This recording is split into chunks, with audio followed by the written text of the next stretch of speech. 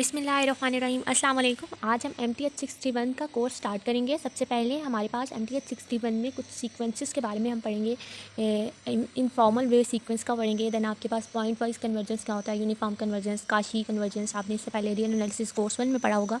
तो इसी तरह ऑनवर्ड जो चीज़ें जो हैं वो पढ़ते जाएंगे। अगर आपने MTH61 रियल एनालिसिस कोर्स 1 पढ़ा है अच्छी तरह से तो ईजिली ये समझ आ जाएगा। अब हम इसको स्टार्ट करते हैं। सबसे पहले हमारे पास है इनफॉर्मल वे।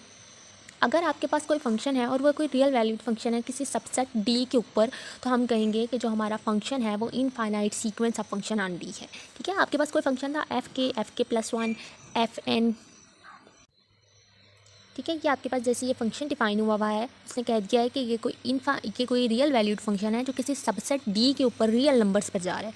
तो हम इस एफ के प्लस वन को एफ एन के इक्वल रख देंगे। आपके पास टोटल फंक्शन एफ एन है और वो कहता है जो एफ एन फंक्शन है वो इनफाइनाइट सीक्वेंस ऑफ फंक्शन होगा डी के ऊपर। और डी क्या था? सबसेट था रियल नंबर्स का। और अगर हम डी के अंदर से कोई और पॉइंट ले लेते हैं, जैसे हमने एक्स नॉट ले लिया है, कहता है अगर एक्स नॉट भी डी के अंदर चला जाता है तो हमारे पास जो सीक्वेंस ऑफ रियल नंबर होगा, तो हम कहेंगे कि जो convergence of sequence of real number के बारे में हम बात करें। क्या लिखा हुआ है? For each x not belongs to D. अगर कोई एक्स नॉट डी के अंदर चला जाए, कोई एक्स नॉट हमने ले लिया है वो डी के अंदर से बिलोंग कर रहा है। अब we have a sequence of real number, तो हमारे पास सीक्वेंस ऑफ रियल नंबर्स होंगे and we can talk about the convergence of that sequence of real numbers. तो हम उसकी कन्वर्जेंस के बारे में भी बात कर सकते हैं अगर वो सीक्वेंस ऑफ रियल नंबर में चला जाए, क्योंकि आप रियल एनालिसिस का कोर्स पढ़ रहे हैं तो आप रियल नंबर्स ही सारे कोर्स में पढ़ते आएंगे। नेक्स्ट लाइन बहुत इंपॉर्टेंट लाइन है कि वो कहता है आपसे कि अगर सीक्वेंस कन्वर्ज कर जाता है हर एक्स के लिए इन सम सबसेट एज ऑफ डी। अगर आपका कोई सबसेट है डी और वो सीक्वेंस आपके हर एक्स के लिए कन्वर्ज कर जाता है, तो आपका जो एफ एन होगा वो एक लिमिट फंक्शन डिफाइन करेगा। बहुत इंपॉर्टेंट MCQs है।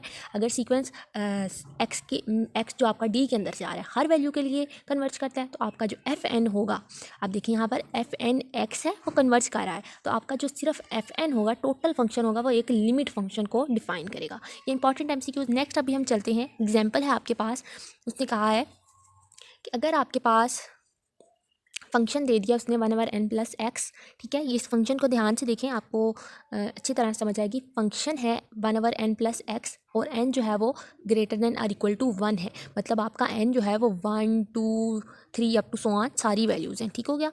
उसके बाद और उसने जो सीक्वेंस डिफ़ाइन किया है, मतलब उसका डोमेन है जो वो है वो 0 से इन्फिनिटी तक। क्या मतलब है इस डोमेन का? मतलब कि आपका x जो है वो 0 से इन्फिनिटी तक है। आप देखें कि वो 0 से क्लोज़ है और इन्फिनिटी से ओपन है, तो मतलब आपका 0 से लेकर वैल्यूज़ जितनी होंगी वो उसकी डोमेन में शामिल होंगी। 0 1 2 3 अप टू सो ऑन सारी वैल्यूज़ उसकी डोमेन होंगी, x होंगी।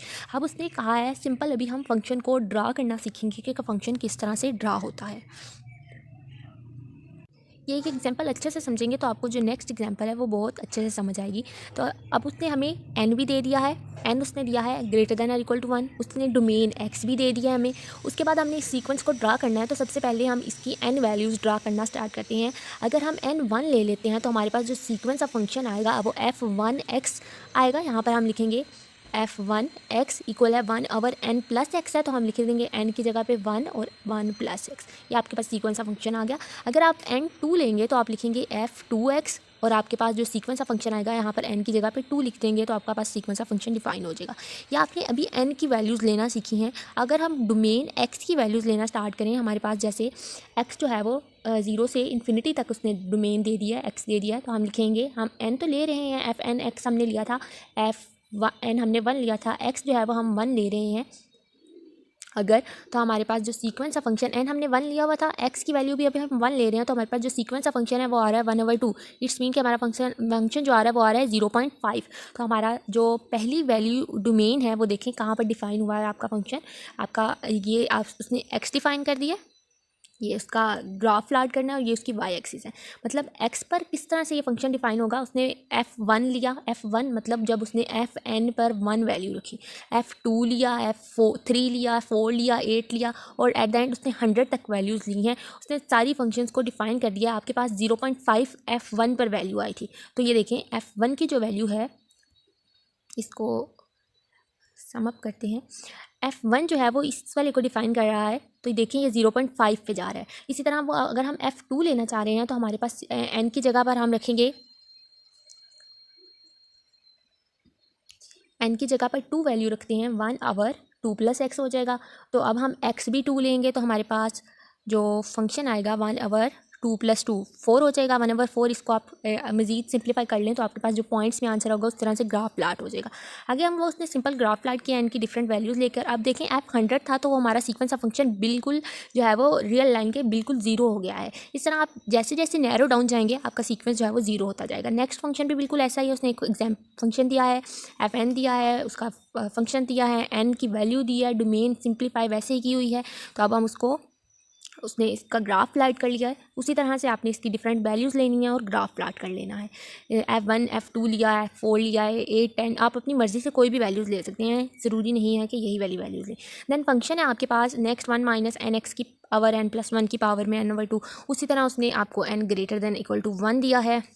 डोमेन दी हुई है -∞ से 1 तक। डोमेन अब चेंज हो गया है, डोमेन -∞ से ओपन है और 1 से क्लोज है। मतलब -∞ से वैल्यूज़ इंक्लूड नहीं होंगी, 1 से आप -∞ से ओपन वाली वैल्यूज़ इंक्लूड नहीं होंगी। अब आप 1 अप टू सो ऑन 1 की तरफ जा रही है तो आप -∞ से 1 की तरफ जाएँ रियल लाइन पर तो ये आपके पास -∞, ये आपके पास इन्फिनिटी और ये आपके पास सेंटर होता है इसका। इसको -∞ से ओपन और 1 से क्लोज है तो आपके पास जो फंक्शन है वो -∞ आपकी रियल लाइन पे इस तरह से शो होता है इन्फिनिटी और आपके पास दरमियान में सेंटर में 0 होता है। तो अब आपका फंक्शन -∞ से 1 तक है, मतलब कि 0 से आगे 1 यहाँ तक आपका फंक्शन सिर्फ डिफाइन है और आपने उसी तरह से वैल्यूज़ पुट करनी है और एक सीक्वेंस डिफाइन कर देना है। अभी कोई हमने कन्वर्जेंस नहीं बतानी कि पॉइंट वाइज हो रही है, यूनिफॉर्म हो रही है, सिंपल ग्राफ प्लाट करने का ये तरीका है। इंशाल्लाह आपको ये लेक्चर पसंद आया होगा। अगर आपको पसंद आए तो लाइक करें, सब्सक्राइब करें, मेरे चैनल को अपने फ्रेंड्स के साथ शेयर करें। Thank you so much.